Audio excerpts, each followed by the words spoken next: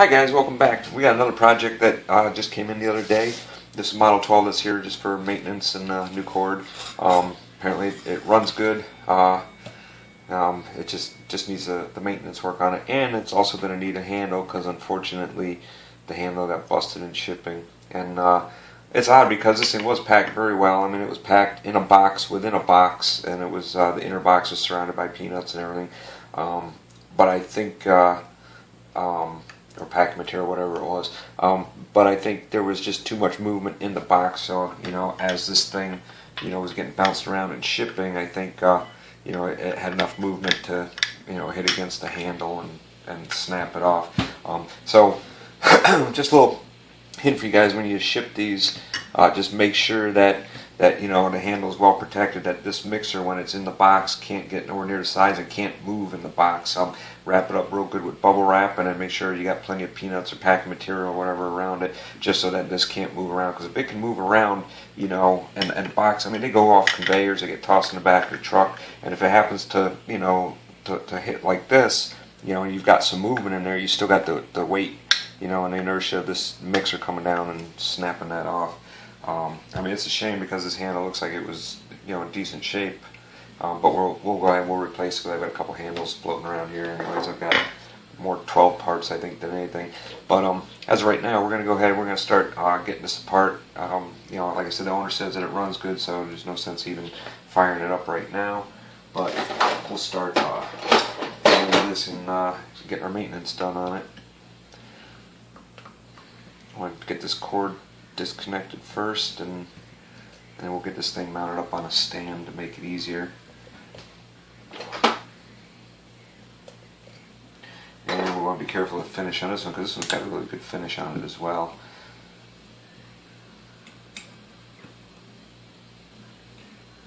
But looks like it's got really short leads on the field coil, so we'll be pulling the field coil out of here and extending the leads a little bit, just because this is, I mean, it's so hard to get down inside of here and solder these. I mean, it can be done, but it's just not an easy it's not an easy task when they're down this low.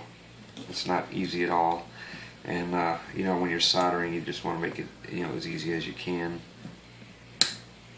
So for anybody else doing them, I mean, you can, that's your choice if you want to pull the field coil out and extend them, or just work down in here. I mean, you can't even get, if you didn't want to solder, you couldn't even get a butt connector or anything else on these. It's so far down in here that there's no way you can get in there to crimp it. Let's see if we can get this cord out of here now.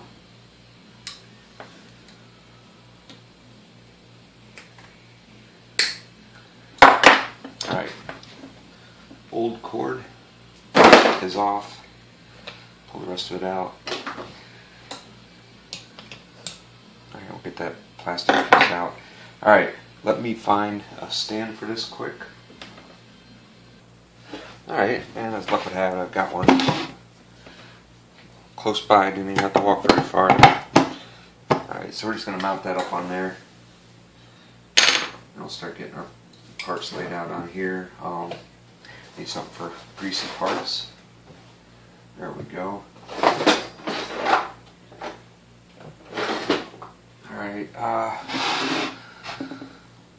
guess I don't have my utility knife in here. It's probably out in the garage. So we'll just use a tiny little screwdriver to get our cap off here. Make sure you guys are on here. I gotta readjust this now. I got it up on a stand. And you want to be able to have the owner be able to see, everything that's going on in here. Alright, let's dig in. It doesn't look that dirty back here, so that's a good thing. I mean, there is a little bit of funk on there, but this is actually really clean compared to most of them.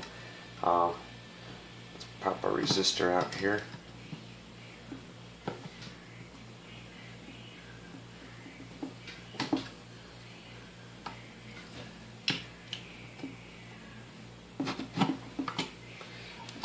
And we'll go ahead and we'll just test this right away to make sure it's good. I mean, you see the coating is, flaking right off of this, but that doesn't necessarily mean a bad resistor. If you see a wire poking up somewhere or a wire disconnected, which I mean it is hard to see because it's such a fine wire, but best and easiest way to tell is just use your ohm meter on it.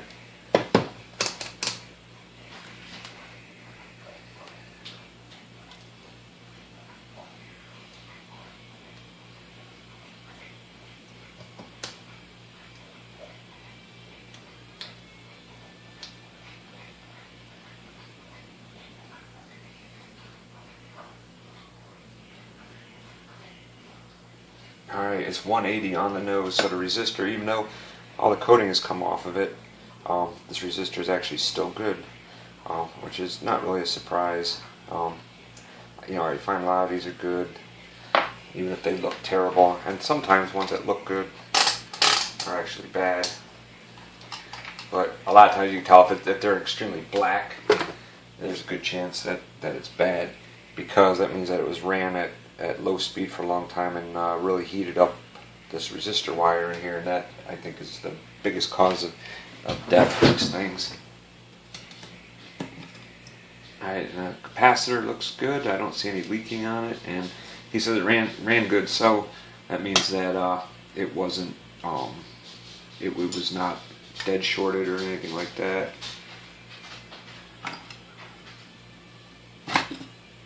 So if those capacitors, if they get a dead short in them, they will, when you turn it on, it'll run on high. You'll have no other speed but high, no matter where you turn that dial. And the other way I notice that they fail is they'll start leaking out the waxy stuff that's on the inside there. And if that's the case, then the capacitor doesn't not only makes a mess, but it also becomes less effective, and you will get you know, a lot of arcing, like right in here in your points on the speed governor there, and it'll burn them right up.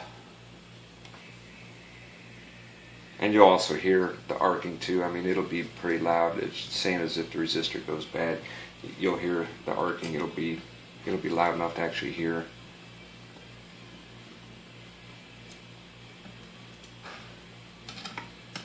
You know, these things do have a little bit of arcing that they do. I mean, they're supposed to arc a little bit, but it shouldn't be, you know, excessive.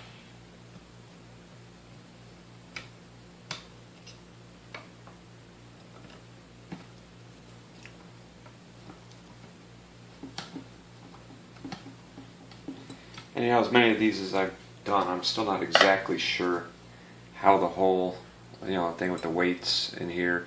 I know centrifugal force pushes them out, which pushes this pin out, but how that actually relates to speed control on this part here, you know, with the contacts and everything. I mean, I am not sure. And you can actually see on this one, a lot of these you can't see the points in here, the contacts, but on this one you actually can, and they look good. Alright, so let's go ahead and pull our brushes out and see how they look.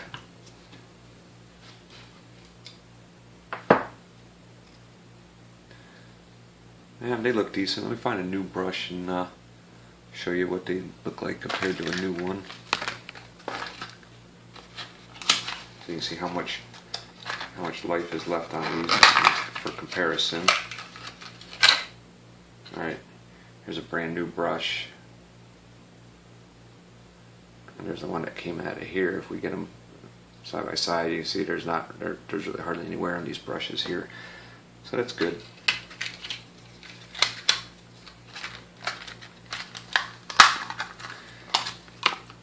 I'll take out the other brush here.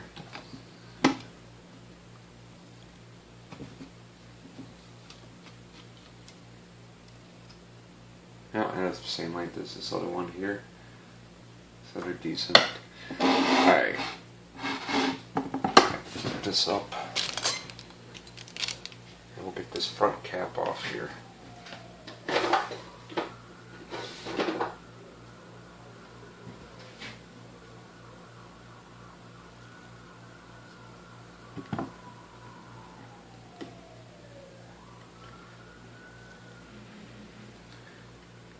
May have to go out to the garage and get my utility knife anyways to get this off. Yep, I'll be right back. Alright, I just didn't want to risk, I mean this cap is in really nice shape. I don't want to risk putting a scratch on it or anything. Or on the finish on this mixer either. And this is by far, you know, the safest way I've found to pop these off.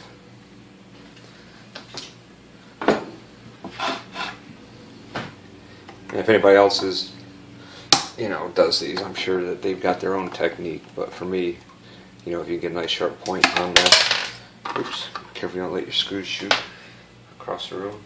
If you get a nice sharp point in there, you can pop it out without without leaving any mark or anything. All right, there's our little washer. I'm going to take these screws out so we can put the new handle on when it comes time.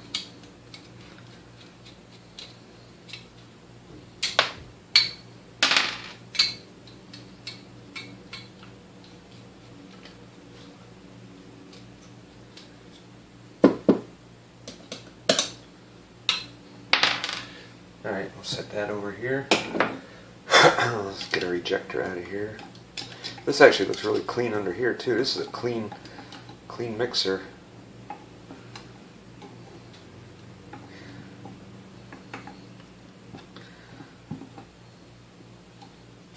I know I know you guys have seen some of the ones that have been taken apart on here that have been really nasty. There's a little bit of, you know, oil on here from the old grease. You know, we can get that off. This stuff just gets really sticky and nasty. Now let's take a look at the gearbox here.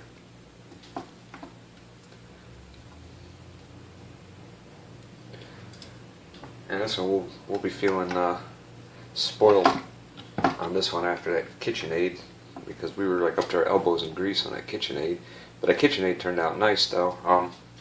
You know, from what it looked like with, you know, 2 coats of paint on it and just being a grungy mess with the worst cord I've ever seen in my life. That one in the end turned out looking really good, and it ran great, which I'm not surprised. I mean, KitchenAids are durable too. They were a very durable machine, well built, and that one was no exception, except for the age of that one, you know, and having that 3-speed control on it. I was really surprised to see that it was internally, it was just like a lot of the more modern KitchenAids inside. Matter of fact, some of the parts I think would even work. Alright, we've only got a little bit of grease, and we gotta pop out our little plastic tip in here, which I'm sure that there is a name for that. I don't know what it is. I assume it's for thrust against the armature there, but I really don't know. All I know is you can tell the difference if you run it without one. They run like crap. So they're definitely important. Let's get our gasket out here. Wipe our grease off of that.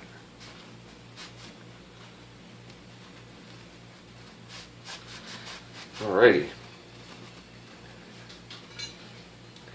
Now, let's get some grease out of the way here.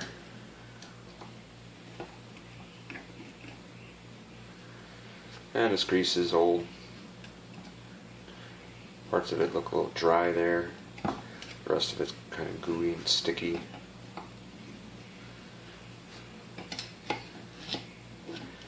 I mean, I've seen worse though, but yeah, this definitely has to go. I would say it's probably like running molasses in your gearbox. It's probably got as much lubrication as molasses would too at this point. But you don't want anything in here to be sticky, because any drag that's any extra drag that you've got on your motor, it will just heat it up, and heat of course will cause premature failure.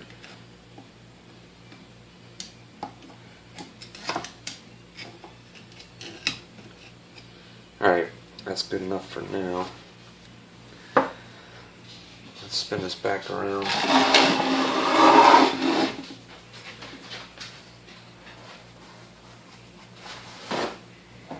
want to try to keep this exterior as clean as possible. Sometimes it's hard to avoid getting a little bit of grease on your fingers.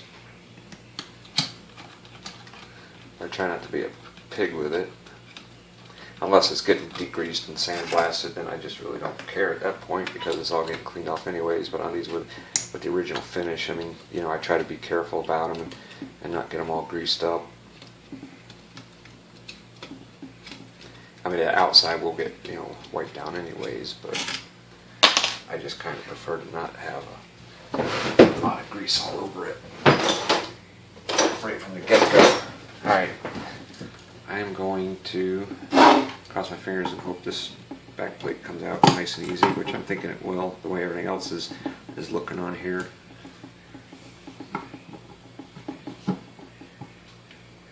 But then again, I could be wrong.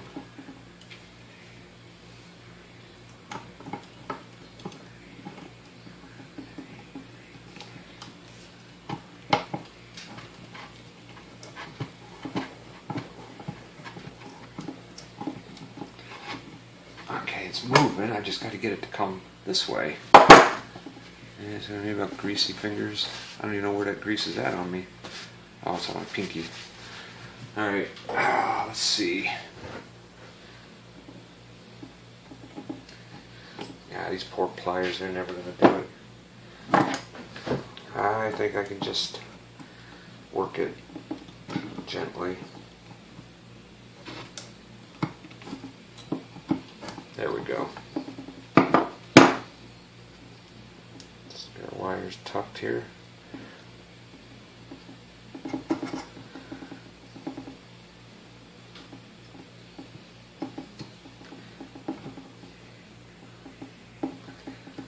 I really thought this one came out a lot easier than this, but it's out.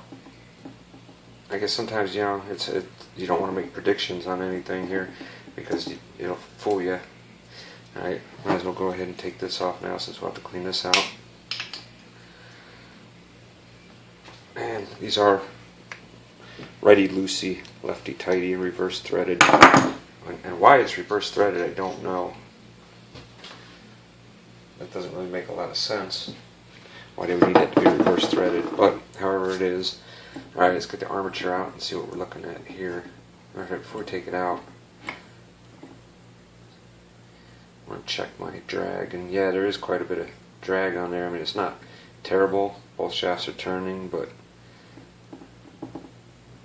I mean, with the oil on here, I have a hard time getting a grip to turn it just on the shaft. I actually have to grab it by these fan blades to turn it. So there is a little bit of drag, which is normal. As soon as we get it cleaned up, there won't be none. Armature feels real good. Just needs to be polished. Now, let's get these gears out of here. Make sure you guys can see.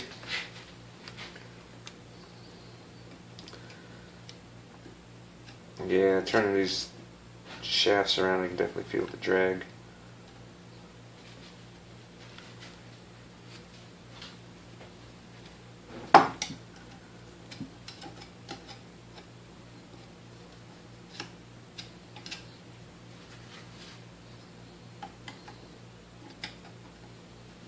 Now this one isn't so bad. This one turns nice and easy. This one's got a little bit of drag on it.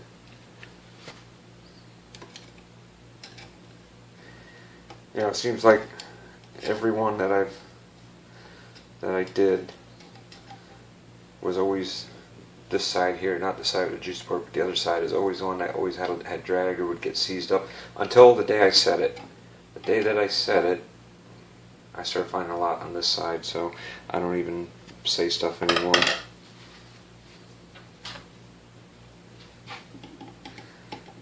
You know, every time I try to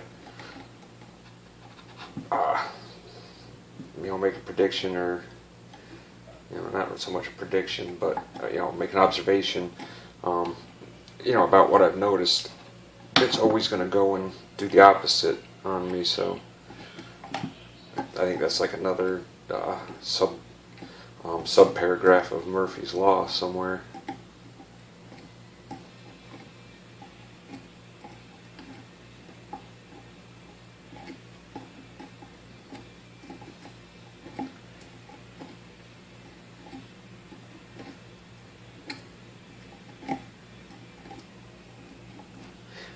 Let's see if we can get this to come out now.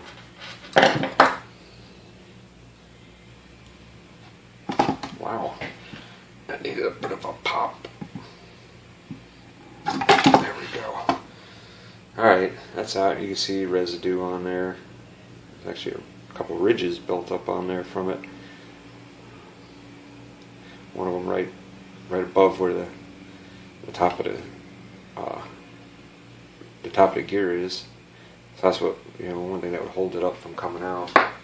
But once that's all cleaned and polished up nice, there will be no issue. I mean, that thing will slide in and out of there and turn nice and easy.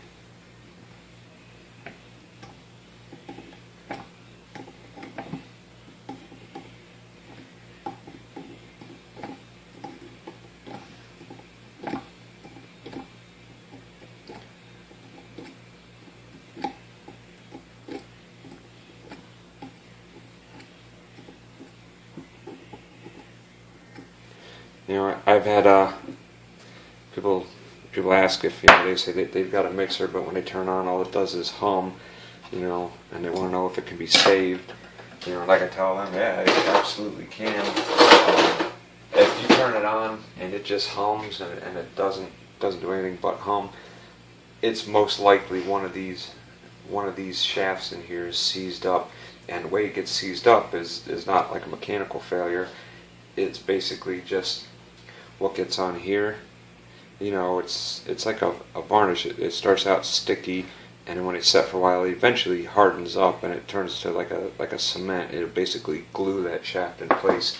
They can either be worked out, or if they're extremely stuck, I can heat these up with a heat gun just to warm them up enough because that stuff will soften up again when it gets warm. And if you soften that up, then you can get your shafts out of there. And this one, it turns, but it does not seem to want to come out very easy. You got to pry gently on here because you don't want to bend the edge of this, but you also don't want to, mess up your finish on here either.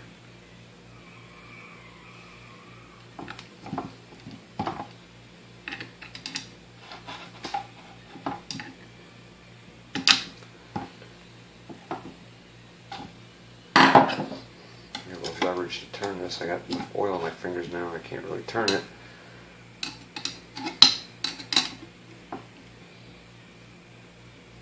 There we go. We got it moving now. That's just slow, gentle pressure. I mean, you definitely, you're not trying to pop it out in one shot. You're just trying to get it to move just a little bit.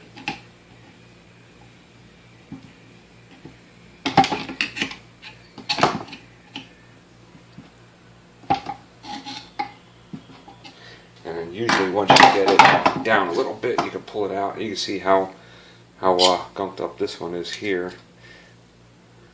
I mean, you can feel that. I mean, you can see I can't even rub that off with my finger. So that's the varnish that I was talking about. And had this thing sat for another year or two on a shelf, it would probably get to the point where it wouldn't turn, because that's, I mean, you can feel the buildup on there, and it's pretty darn tacky too. But like I said, once that's polished up, I mean, it won't be an issue at all. Okay, get our gears out and set them here.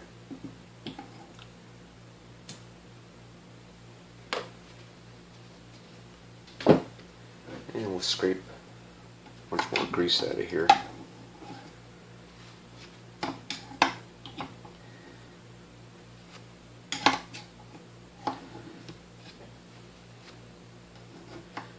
And anybody watching that's got these that's been thinking about doing this and seems overwhelmed by it, I'm hoping that you don't feel as overwhelmed now. And if you do still think it's too much undertaking, like I said, you can always send it in and we can take care of it for you. But I mean, eventually it's going to get to the point where I don't do this anymore. I have no plans on stopping, anytime in the foreseeable future, but that day will come. So I do hope that these videos will help other people either start doing this or, you know, being able to maintain their machines. Since there's really not a lot of people left, I mean, I can't think of really anybody right now, anybody else that's doing it. I used to know that I didn't know them, but I mean, I knew of a couple other people that did them, and I don't believe they're doing them anymore. You know, sewing machines, there's still quite a few people out there that are, you know, fixing up the sewing machines and restoring them and repairing them. Vacuum cleaners, same thing. These old mixers and, you know, and other appliances just have no, really no support base out there for the repairs. And I'd hate to see them all destined to become shelf sitters or pantry queens.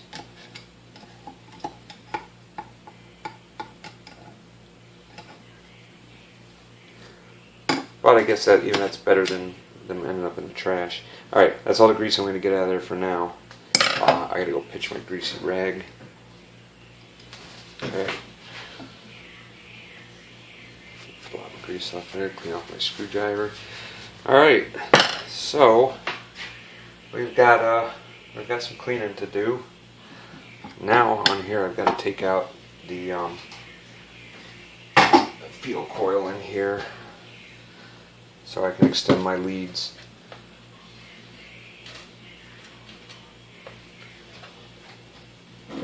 And being a Model 12, it's got the clips that are like springs that you got to pop off your brush holders. Alright, so now that those are off, I'm going to try to carefully drive the field coil out of here.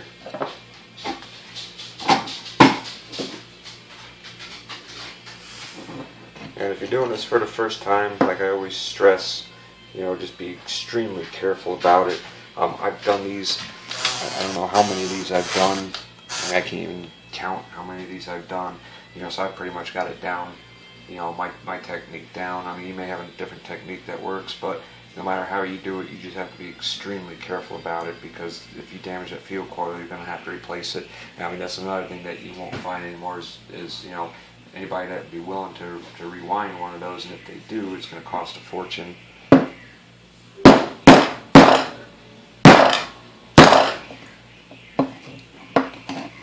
And you want to work it back and forth. You don't want to just start pounding on one side and get it cocked and bent.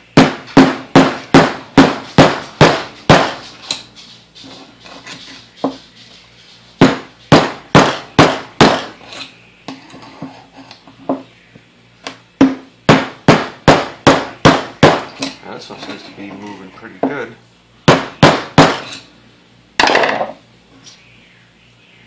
It's almost it's almost flush with the back. So I'm going to take my nice clean towel. What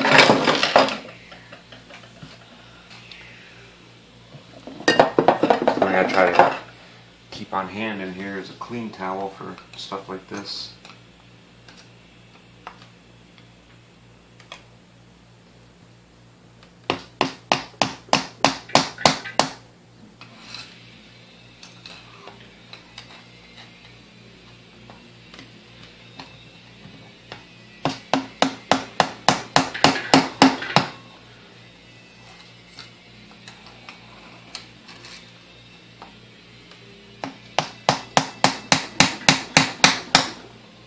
Yeah, it's coming.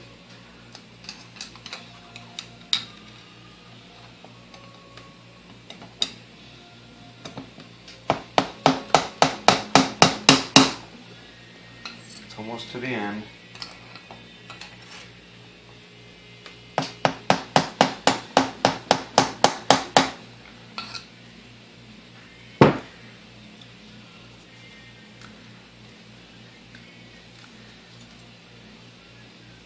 Well, seemed to go pretty easy there for a second, so I thought maybe I could just pop it out with my fingers, but not looking like the case. And I'm sorry you guys couldn't see all that.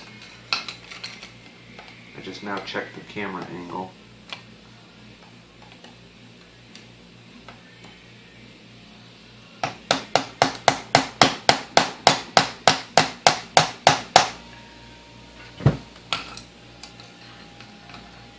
said, it's just, you know, patiently going back and forth on either side to try to work it out as evenly as you can.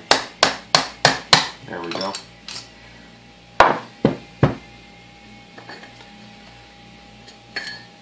Alright, there's our field coil out. As you see, there's no damage to it. It's not bent, it's nice and straight. We can see our leads right here. These are the leads that we're going to be extending on it. You know, check all our other wires. This field coil actually looks really clean too. The wires look good, which the wires in these things always seem to be good. I mean, I've never found a bad wire, an actual bad wire to the field coils yet. So they did a good job on those. Whatever they used was excellent. Alright, so now we've got everything broken down. What we're going to do now is get everything cleaned up, which, you know, of course I'm not going to put this on video because that would be, you know, like watching somebody wash dishes. That would be just as boring. We're going to get everything cleaned up and ready to put back together, and then we'll bring it back for the assembly on this, and get it back together, plug it in with a new cord, and see how she runs. So we'll see you in a bit.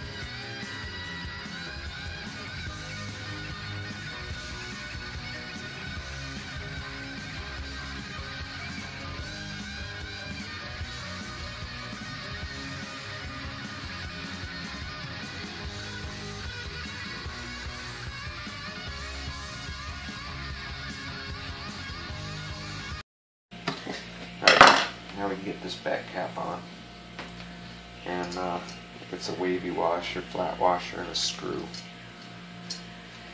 Wavy washer always goes first underneath flat washers on pretty much anything where you're using wavy washer. Alright, so there's our speed control. I think we can actually go ahead. I think what we'll do is put the brushes back in here, and we can plug it in and make sure that everything's going to work, and just check out our our wiring and our electrical system, make sure we've got everything hooked up and back together right before we end up putting the whole machine together. Now's the time to catch it if there's something skipped or not right. Better to catch it now than after the entire machine is back together and full of grease. That's always the worst case scenario, you got it back together and packed full of grease, and then you got to take it all apart. I did it with that big old KitchenAid because there's 3 washers, 2 went on one side of the shaft, 1 on the other, and I had them switched around, so I had to take it apart and put them back the right way because it was you could hear it would just something wasn't lined up right in the gears, so you can hear them not meshing right. So better to take it apart though at that point than try and run it like it is. And the only wire that's not hooked up is a ground wire, and that ain't going to matter for this test.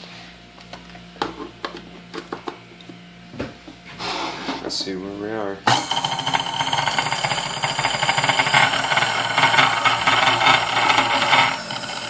Alright, you can hear how noisy it is jumping around as soon as I put a little pressure on an armature, how quiet it is. So that's what that little plastic piece and that spring do. I mean, I think you'll hear that thing making noise and jumping around, and speed will fluctuate and everything else without that tension on the end of this.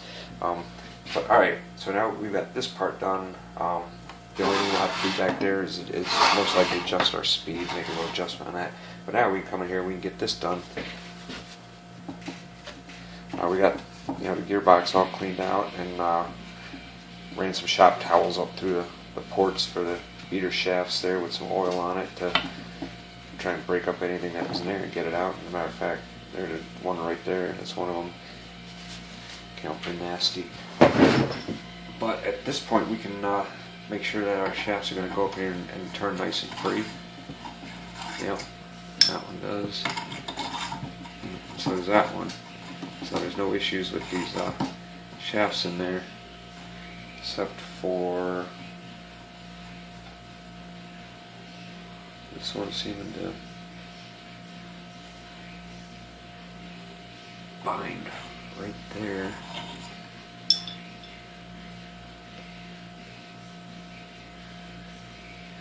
And I wonder if there's something I missed when I cleaned this built up inside of here.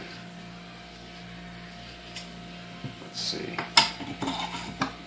Yep, that was it. There's just something outside of there. But anyways, we can go and get our gears in and then put our beater shafts in and then fill it with some nice clean grease.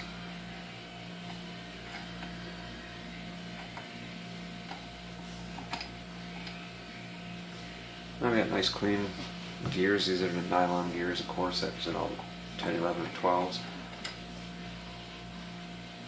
Alright, now let's get some oil in the shaft here.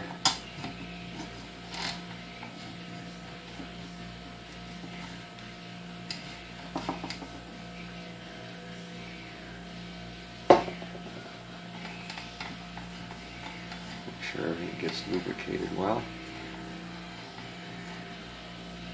Alright. And then we can tighten up our set screw, and this one will be done.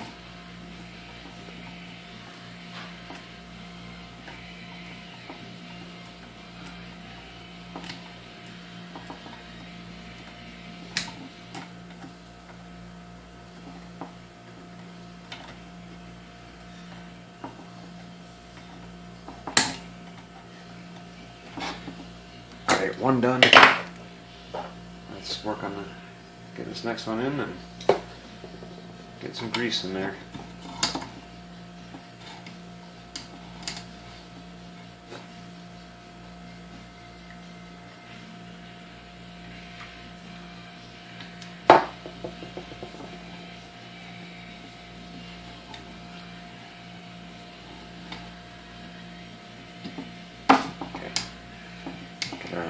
Set screw tight for this one.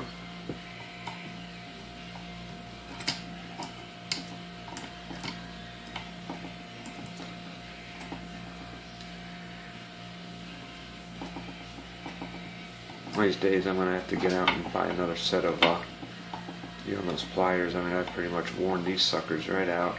I'd like to get a set that's got, some of them got like the flatter, wider tips on them. But at times those could come in handy too, and it kind of bent it at 45 or 90 degree. Alright, so those are in. let's real quick, just before we get ahead of ourselves, check our beater timing. I just gotta find the right set of beaters.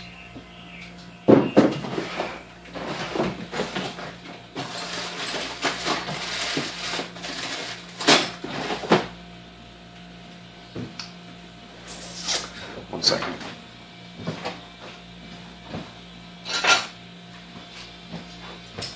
Alright, here's our bent set of beaters that we use. But anyways, it's just to make sure that everything's timed right. We're not going to hit anywhere, and that we've got our, our X and our plus. And they seem to be perfect. I mean, you should be perfect if when you put your gears on and your set screws are right in the front like that. That should be perfect.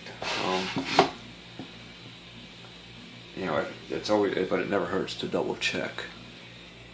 And another thing too is, you do want to make sure that your set screws are actually engaging in the holes that are in the shaft. There's the holes that are in there just for these to go into. If not, I mean, you'll not only put a booger on your shaft there, but your set screw won't tighten up all the way. I mean, it'll hit on the shaft instead of being recessed in a hole, and that could loosen up, and eventually, the gear will spin on the shaft. Plus, it could also mean your timing can end up way off. So that's something that you want to check for. You'll know if you can go, if you can slide the shaft up in there, and you can turn that set screw more than 3 times, and keep going, then you're probably right. You're probably lined up with your hole. You'll know pretty quickly, probably within half a turn, 3/4 of a turn, if you're actually hitting on the side of the shaft, not the hole.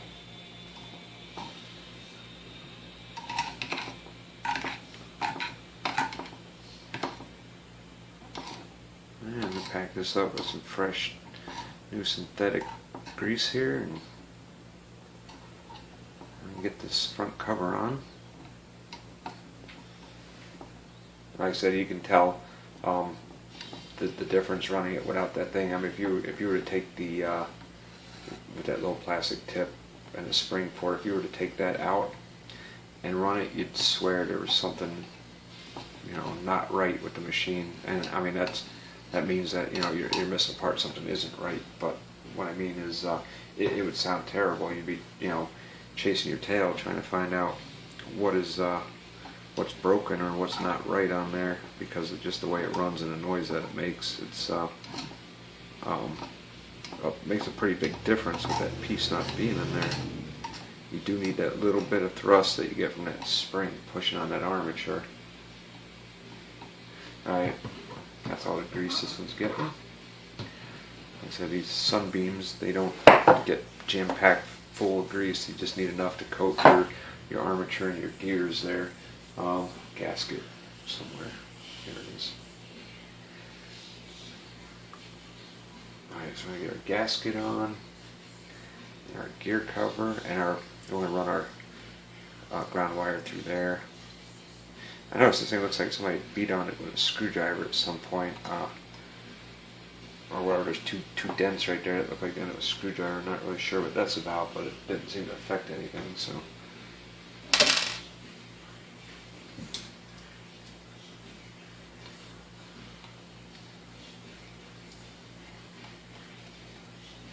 Alright, that one I'm not tightening up all the way yet until I get the ground wire on it.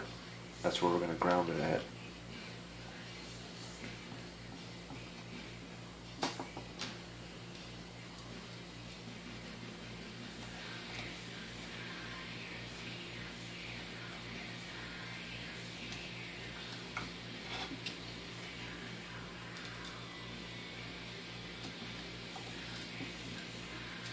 Come on, you little bugger.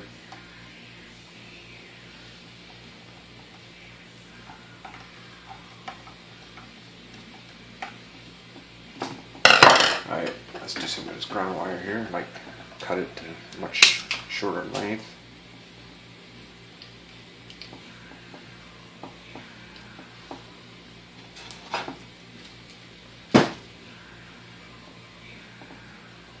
just need enough stripped off to get around the threads of this screw.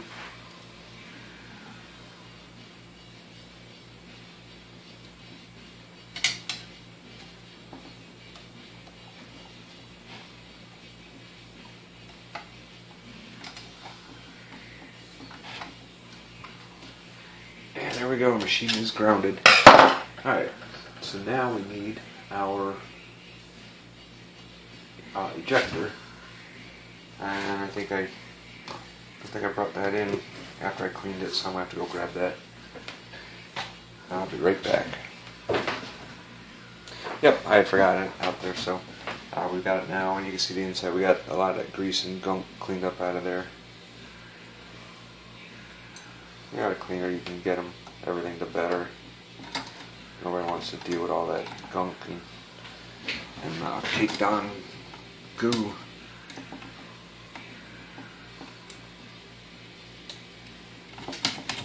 You know, you go this far, you might as well, you know, end up getting a nice clean machine back.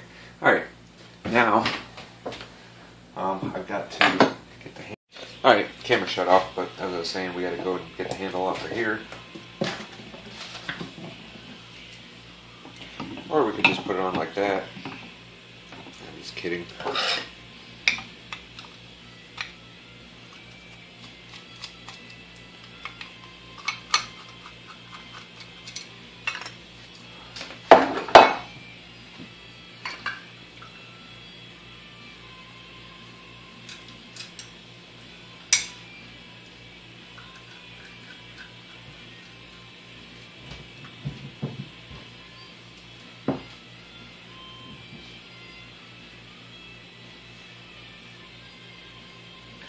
Make sure these have lock washers on them, because you don't want these screws backing out, because what they'll do is gouge that up and tear that up pretty good.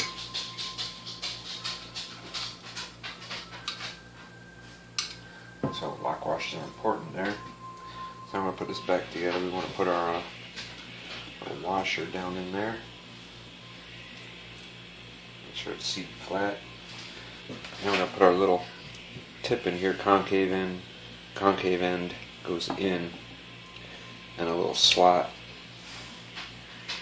I don't know if that's focusing or not, but that little slotted end goes out towards the spring, and it doesn't engage the spring or whatever. I don't know why it's slotted like that, maybe just so you know which end goes out. Alright, so we'll go and get this end piece, this front cap on.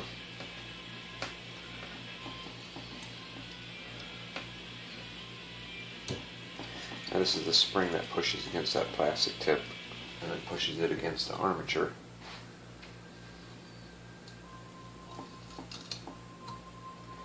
And to tell you, screwing these on, there's quite a bit of tension on here when you're screwing this together.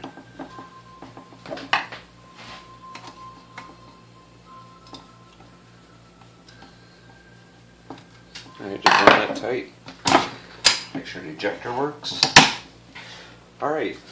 We are just about done, but I'm going to go ahead and turn it on, see how it sounds, and check our speeds now. As soon as I plug it in.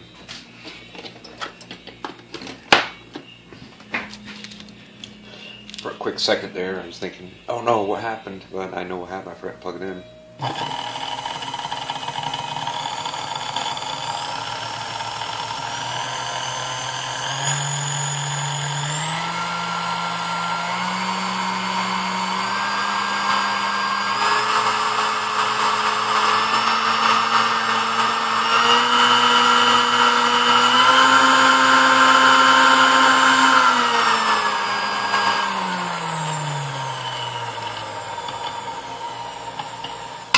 Alright, so it runs through all the speeds, sounds good through all the speeds. The only difference now is that it doesn't have any drag on the motor, and everything is clean and fresh in there, so it'll stay in good shape for a lot longer now. It's nice to have have that maintenance done to just to ensure a little longer life out of it, increase the life expectancy out of it, which it absolutely does, because if you get it running hot, like I said, you'll burn something up, like burn up an armature, or whatever. it's just not good for them to have a lot of drag on the motor and run hot. And also cords, for safety reasons, you want to change the cords in them, because the cords get the outside, even if it doesn't look cracked, the inside insulation on the wires, a lot of times, that's, especially on these Sunbeams, that's what will crack off, and you'll get them. Your insulation will come off your two wires, and your two wires can touch and be popping breakers, or set your cord on fire, or whatever the case may be. But anyways, this one's a wrap. So if you guys have any questions or comments, leave them down below. If you liked the video, give it a thumbs up. Let us know you liked it, and don't forget to subscribe and click that little bell down there so you get notifications when we post another video. We've got a couple more Sunbeams coming up, and we've got a Hamilton Beach that just came in today. It's a basket case. I still got to try and find out what exactly is going on with that one, but it came in pieces, so that'll be another project we have coming up. So don't forget to subscribe, so you get notified, and you can, when we post those other videos we got coming up. But anyways, guys, I appreciate I appreciate all the comments that you guys make, or that some of you make. I do appreciate any comments that we get, and the likes and the views and all that. Hopefully you guys are learning something from this, and hopefully the customers of these are enjoying seeing the work that's going into their machines here, and and can appreciate the process. And we'll catch you guys on the next one. Thanks.